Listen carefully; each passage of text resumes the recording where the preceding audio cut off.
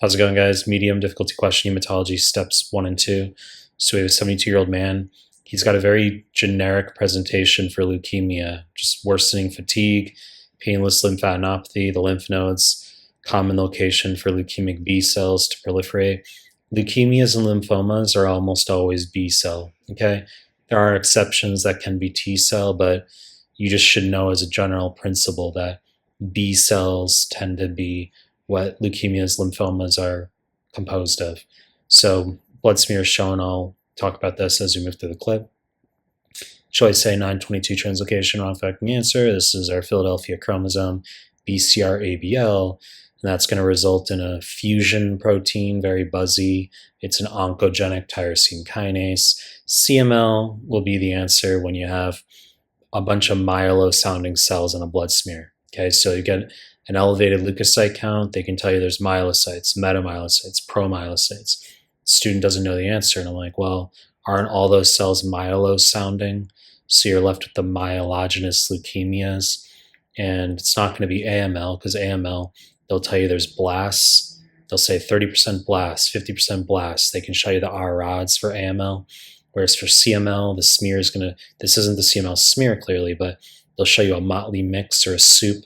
Looks like all different types of cells. Wrong fucking answer. Choice B, 1517 translocation, wrong fucking answer. Acute promyelocytic leukemia, type of AML, M3. So this will show you the R-rods if we have a smear here. So even if you don't know what's going on, if you can ascertain that this is clearly a leukemia type of question, you would look at this, you're searching for R-rods, and you're like, yeah, I don't see them. So it's not going to be AML. As I already talked about, they can tell you there's 30% blasts, 50% blasts. It's what they like to do. You can treat with all trans retinoic acid, vitamin A, and you need to know that treatment can release the R-rods into circulation, leading to DIC. Okay, the myeloperoxidase containing R-rods can precipitate it. Wrong fucking answer.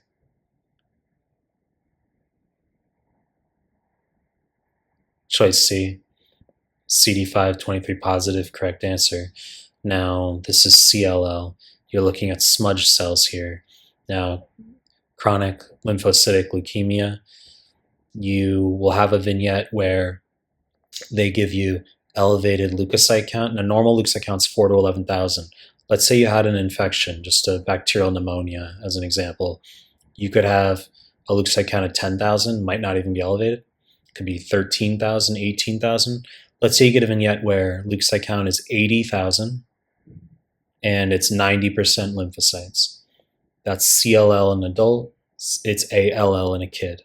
Okay, so I didn't give you that here, but I give you the smudge cells. And you say, but wait a second, we're supposed to know the CD523 positivity?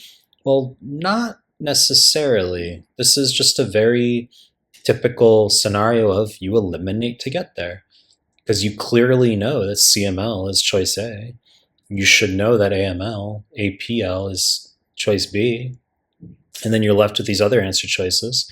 And so I'll come to them in a second, but I also want you to know for CLL that you can get autoimmune hemolytic anemia. It can be warm or cold. It doesn't matter. Some students argue which one it could be. Warm is more typical. We have IgG antibodies against RBCs. Okay. IgM antibodies against RBCs would be cold autoimmune hemolytic anemia. You could just be aware of it as a factoid. But the B cells are CD523 positive. So choice D, wrong fucking answer. It's ALL. Okay, so I don't really know what to tell you. They can be CD10, TDT positive. They're markers of premature B lymphocytes. And as I already talked about, it'll be a super elevated leukocyte count in a kid where it's all lymphocytes. And you need to have as a differential pertussis, because pertussis can cause reactive lymphocytosis and resemble ALL. So they'll give you 8-year-old boy, leukocyte count of 50,000, 90% lymphocytes, and you're like, oh my God, that's ALL. But they tell you there's a cough, paroxysmal cough. They can tell you post-tussive emesis, vomiting after the cough, hypoglycemia. These are findings in pertussis, especially immigrant status. That can indicate unvaccinated status, where pertussis, they're leading you to that. Wrong fucking answer.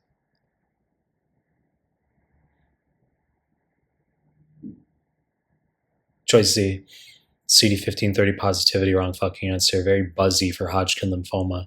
The owl eye appearance.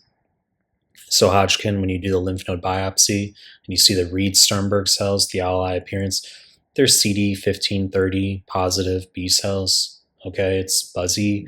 So when you approach this question, and Hodgkin, by the way, I've made many questions on it, but that'll present as a painless lateral neck mass or facial swelling in a teenager or adult that's been there for 1 week to at least 2 months. Okay, it's a very buzzy opening sentence, and then they tend to give difficult vignettes. Okay, but basically 100% of questions will say 23-year-old dude who has a 1 month history of a lateral painless neck swelling or facial swelling. That's it.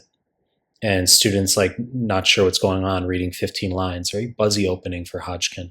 But when you see this question, as I already discussed, you can easily eliminate A, B, and E. And then you could say it's medium difficulty because some of you haven't heard of CD10 TDT for ALL before. But CD523 positivity with our smudge cells, okay, on the smear here for CLL. Very buzzy. Choice E, wrong fucking answer.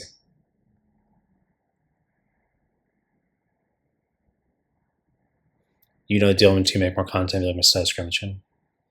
Appreciate your time. That's it.